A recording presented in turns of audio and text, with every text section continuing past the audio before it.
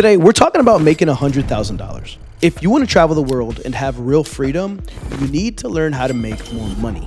So in this video, I'm going to share 3 practical steps you can take to finally make over $100,000. After watching this video, I guarantee you're going to think differently about your own career and what steps you should take next. By the way, my name is Dwayne Golden.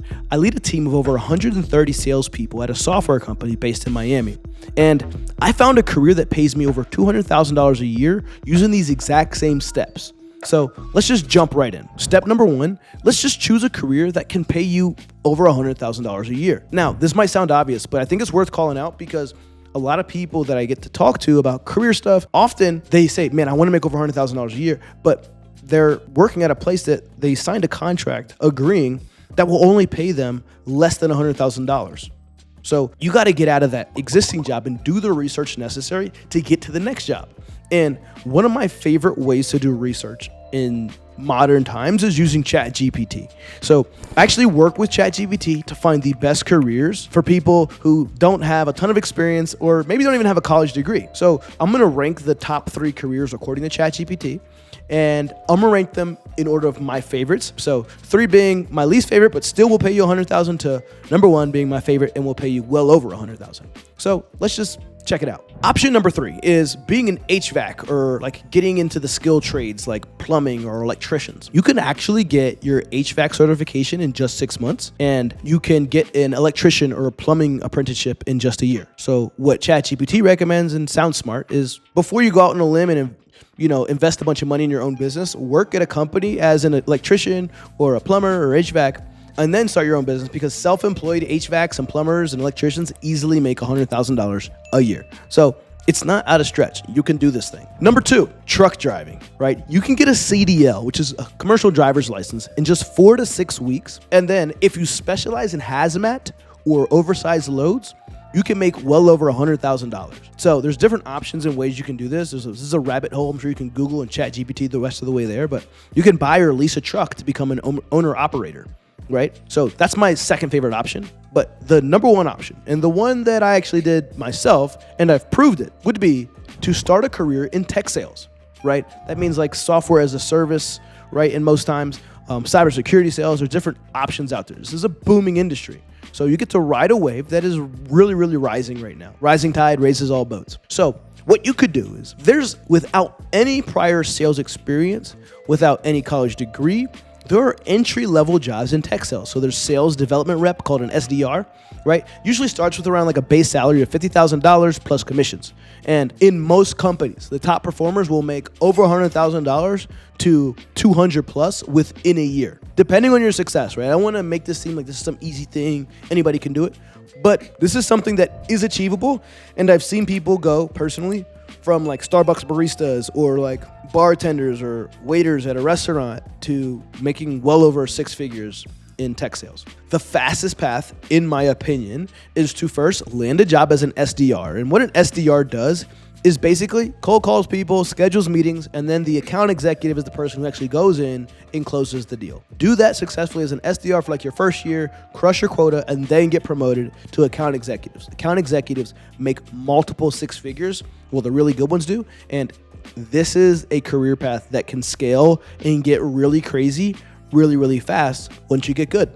So tech sales, in my opinion, is the best option for 80% of the people out there.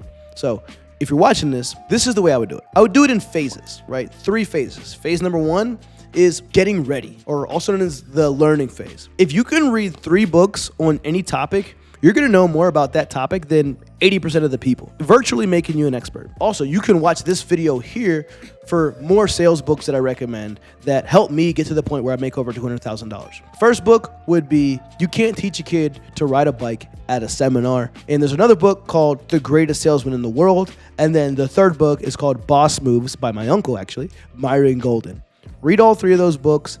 I'll try to share a link in the description. But definitely get through the learning phase and get decent. If you can read 3 books on any topic, you're going to know more than 80% of the people in the world, making you virtually an expert.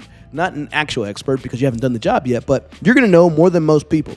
So in the learning phase, if you don't have any sales experience, get as much as you can into that brain of yours, right? 'Cause that's what I had to do. I didn't have any experience, and I'm like, I was combing through books, I was taking notes, had the highlighters out, and was preparing myself for a sales job because I knew I had to make money. So after you've done the get ready phase, you've at least read 3 books. Second thing is to do is make yourself attractive, right? How do you do that? And I don't mean just physically, right? Obviously, look nice.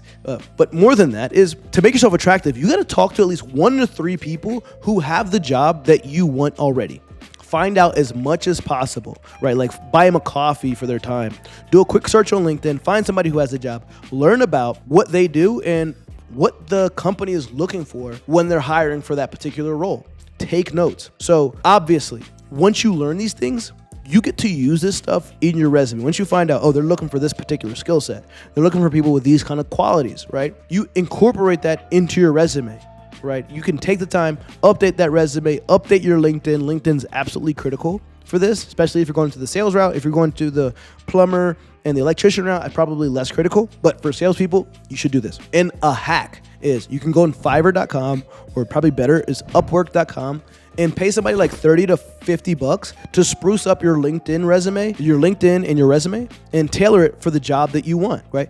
This will make you more attractive to people hiring for that position. Phase number 3 is interview and get hired.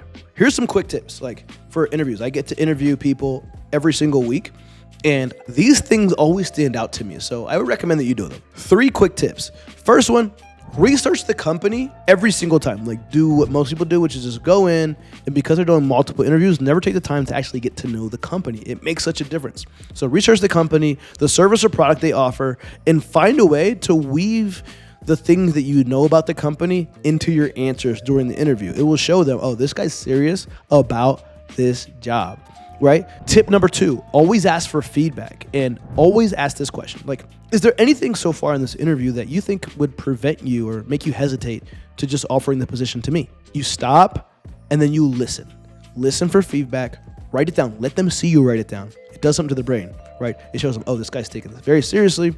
He's analytical. He's taking stuff down, right? Listen for feedback, write it down.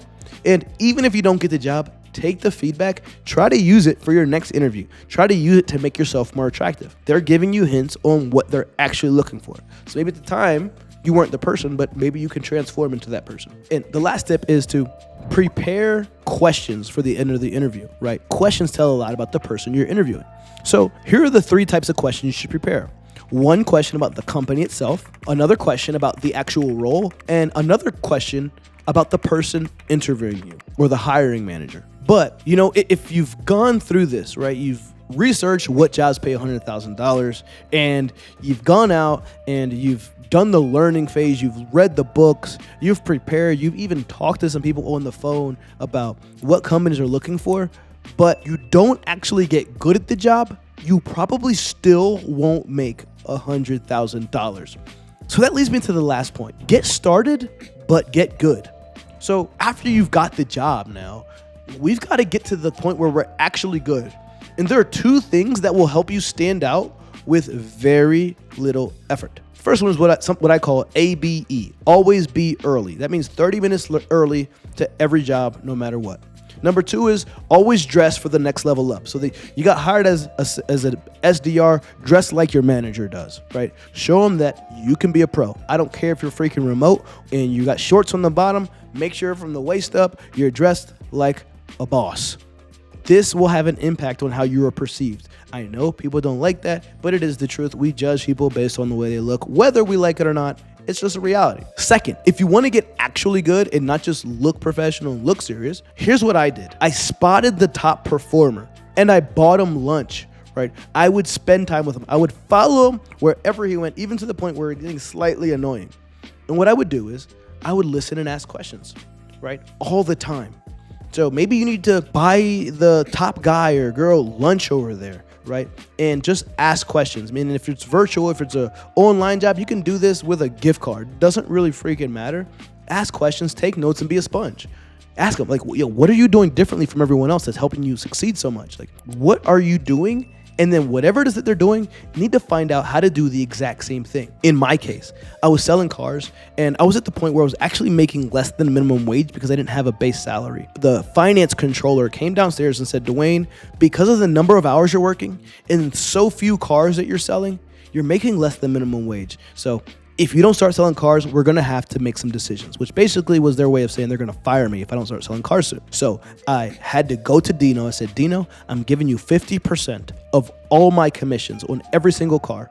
My only ask, let me sit in the room with you while you close. While you're closing the deal, I need to be in the room. And I did this so I could hear everything he was saying, so I could replicate it for myself. I became obsessed with this. I started talking with an Italian accent, and I'm not Italian, clearly, right? I started dressing like this guy. He was a middle-aged white Italian guy from New York. I clearly am not a middle-aged white Italian guy from New York. But this is how obsessed I was with getting good.